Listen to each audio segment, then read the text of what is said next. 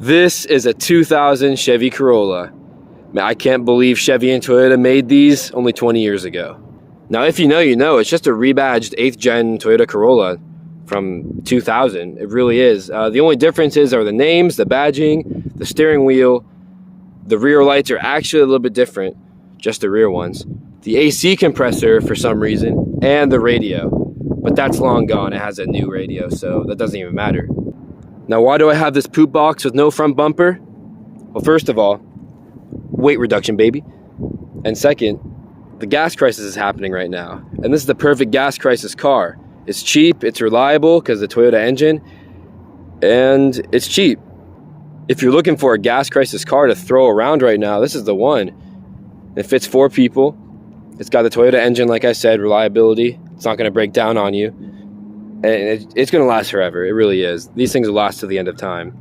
Those old Corollas never die. And even the Chevy badge up front's gone. So it looks even more like a Corolla. Like, you can't tell from the front that this is a Chevy. Seriously, if you have a big truck, you should buy one of these for dailying. You know, go to the grocery store, the club, the bar. I'm 22, so yeah. This Chevy is rocking Toyota's classic 1.8 liter, 4-banger, 125 horsepower, 125 pound-feet of torque engine. MPGs, 31 city, 38 highway. Are you kidding? For 800 bucks I can get that? That's right, you can. You can also get the washer fluid. That should be the coolant tank, and the coolant reservoir. That should be that's so backwards. Why does this have to be that big? But besides that one discrepancy, easy engine to work on, fix up. It lasts forever, and you're going to be getting good gas mileage forever. Like, look at this. Look how simple it is. Spark plugs, boom, 1, 2, 3, 4. Right there, ready to go. In fact, this could pop up right now. Oh, seriously, this just comes out. Like, it needs a new thread or a new bolt, but it stays. Like, it's staying right now. I got it fine. You have to use force to pull it up, and it doesn't misfire. It still runs great. So I don't have to fix that, but I will.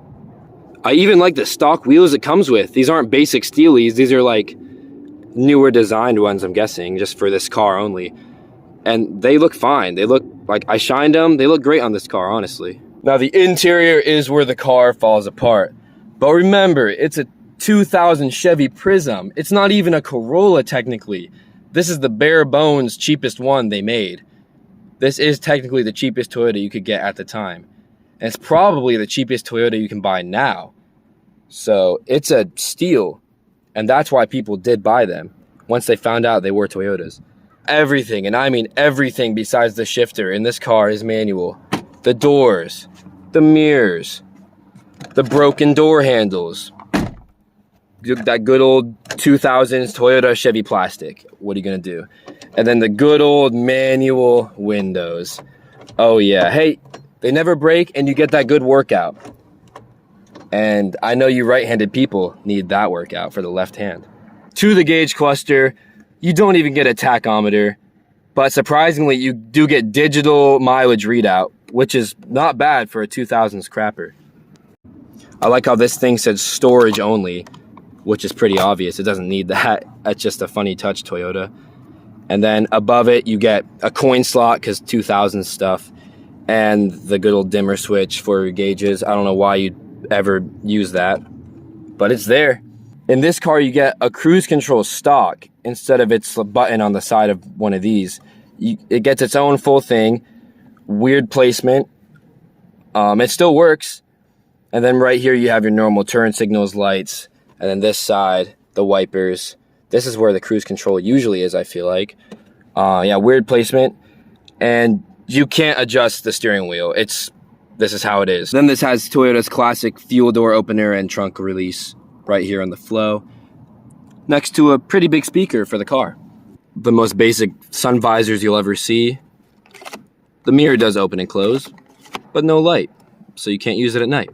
In the center, we got the bare booty AC controls and vents, defroster, emergency switch. But under all that, the nicest and most expensive part of the car, the aftermarket stereo. This thing is quality, I can't lie. And the sound in the car is actually pretty good since it's a stock stereo system. Like, these have been here the whole time. Those aren't new in it. Great bass, surprisingly.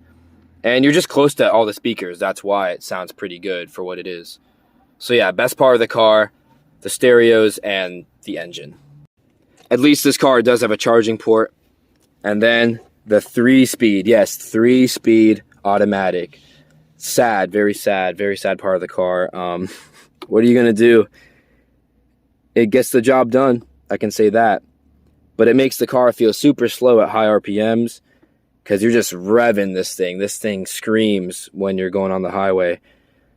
It's basic. These are basically bin parts that Toyota gave the Chevy. So Toyota Corollas had a 4-speed automatic, and the Chevys, these ones, got the old Toyota 3-speeds because they're, bin parts. You could get these cars in manual, but I'm not a fan of manuals, especially in Portland, where I live. So you get one single dome light in the center. Very funny placement, just the middle of the whole car. Then the seats, oh man. These seats, they're seats. They're seats. And the center console is a center hole for hole stuff. Boom, you get a broken cup holder. I'm guessing the ring fell off, or it never had one. But no one probably ever uses that.